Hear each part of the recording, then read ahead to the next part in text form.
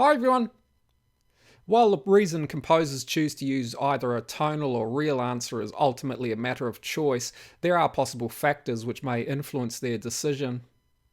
To discuss some of these factors, I'll use this subject, which was apparently given by Anton Reicher to his students,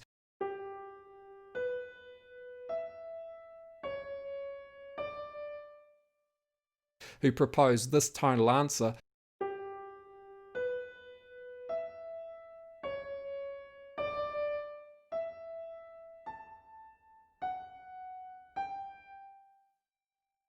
which Reicher endorsed, but which was rejected by the exam jury in favour of this tonal answer.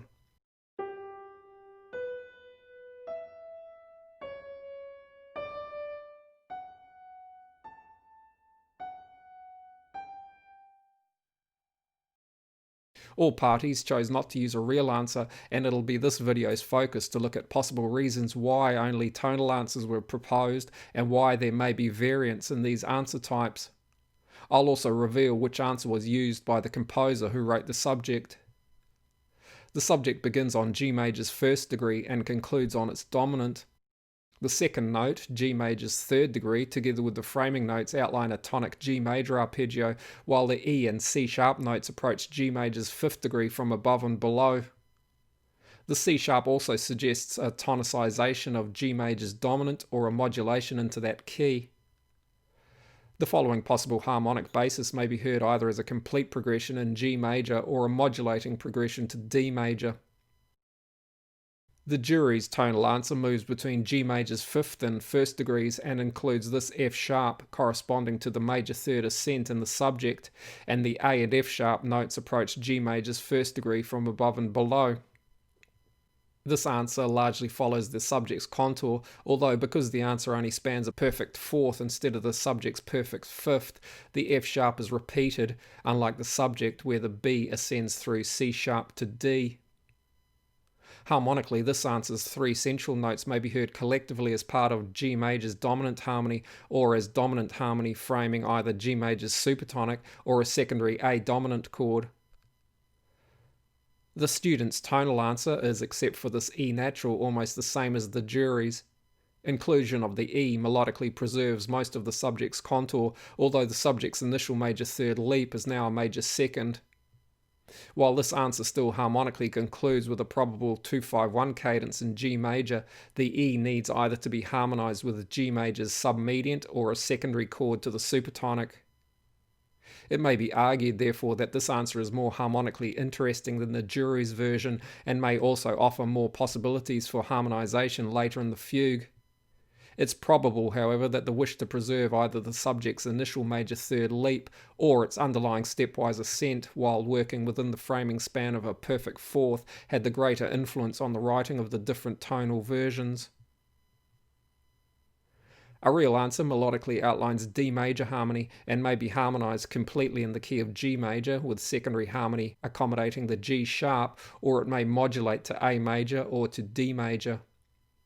All of these options delay the move back to G major's tonic, which could potentially change a fugal exposition's sound and focus. A real answer may also potentially extend the exposition, as the final A note cannot be harmonized with the subject's initial G. In the actual work, the fourth movement from Mozart's string quartet in G major, Mozart uses the student's answer, which he initially harmonizes using an extended cadential progression in G major. He then harmonizes the second note of the cello subject entry with B minor mediant 7th harmony, which then moves through submediant and secondary A dominant harmony to G major's dominant, creating a 3-6-2-5 progression in G. The viola's answer, Mozart harmonizes as an extended 2-5-1 cadence in G, the supertonic of which is prolonged by secondary E dominant 7th harmony.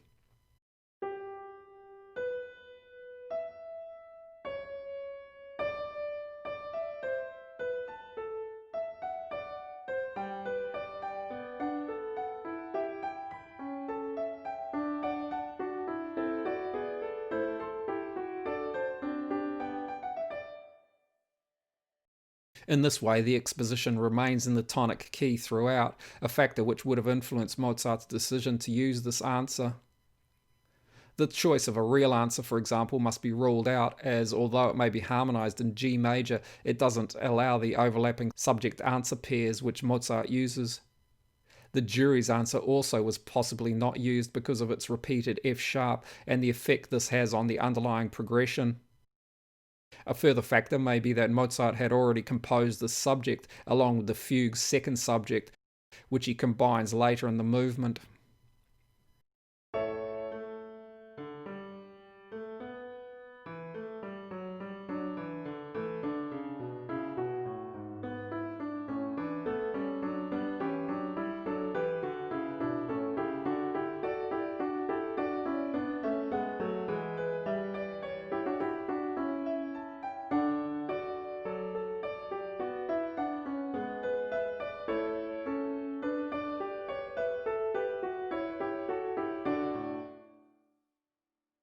I hope you found this useful. Thanks for watching. See you next time.